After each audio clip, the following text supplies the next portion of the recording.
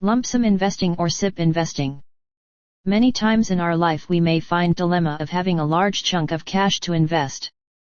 An inheritance perhaps, or maybe money from the sale of another asset. Whatever the source, investing it all at once will seem a scary thing if we are not psychologically strong. Sometimes market are on raging bull phases and setting new records every day, it may seem wildly overpriced. If it is plunging, we'll be afraid to invest not knowing how much further the fall will be. Hence we need some clarity when to start investing, and you know that will never come. We also know it very well that crashes, pullbacks, corrections all are normal and it's a part of the wealth building process. The most commonly recommended solution is to systematic investment plan, SIP, or rupee cost average, RCA. With this process we are entering slowly into the market. The idea being that should the market tank, we will have spared ourselves some pain. I'm not a fan and shortly I will explain why, but first let's look at exactly what SIP or RCA is. When we rupee cost average into an investment, we take our chunk of money, divide it into equal parts and then invest those parts at specific times over an extended period of time. Suppose we have rupees 2,40,000 and we want to invest in Nifty 50 index fund. So far, we know the market is volatile and the ride is rocky. It can and sometimes does plunge dramatically. And we know therefore that this could happen the day after we invest our 2,40,000 and, while unlikely, that would make for a very miserable day indeed. So instead of investing all at once we decide to RCA and thus eliminate this risk. Here's how it works.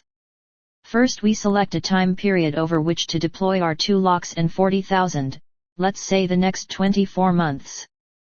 Then we divide our money by 24 and each month we invest 10,000. That way, if the market plunges right after our first investment we'll have 23 more investing periods that might be better.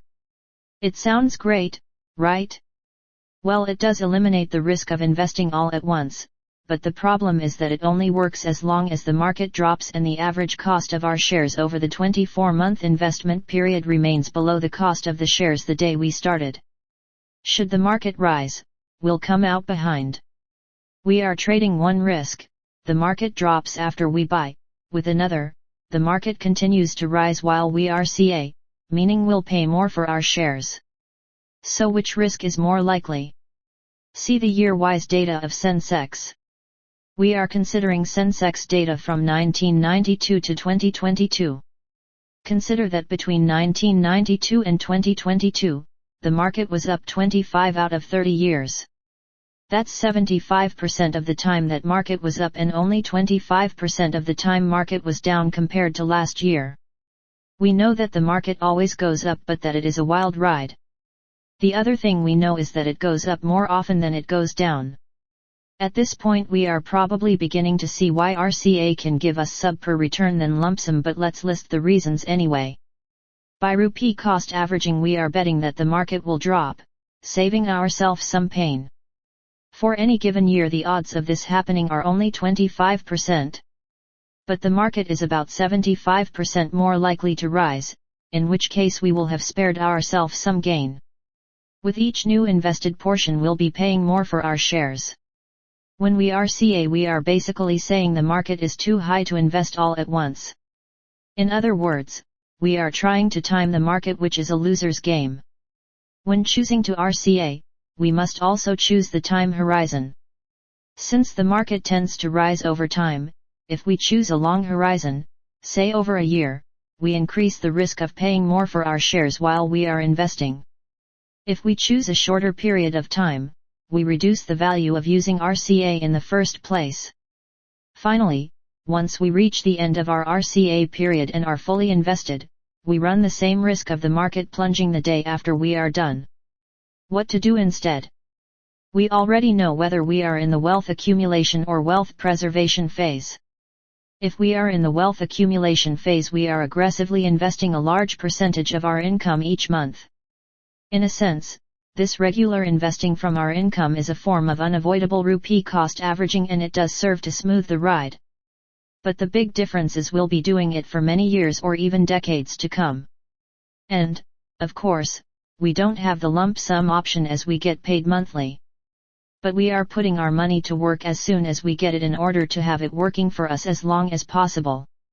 I'd do the same with any lump sum that came my way, be it performance link reward or any lump sum bonus received.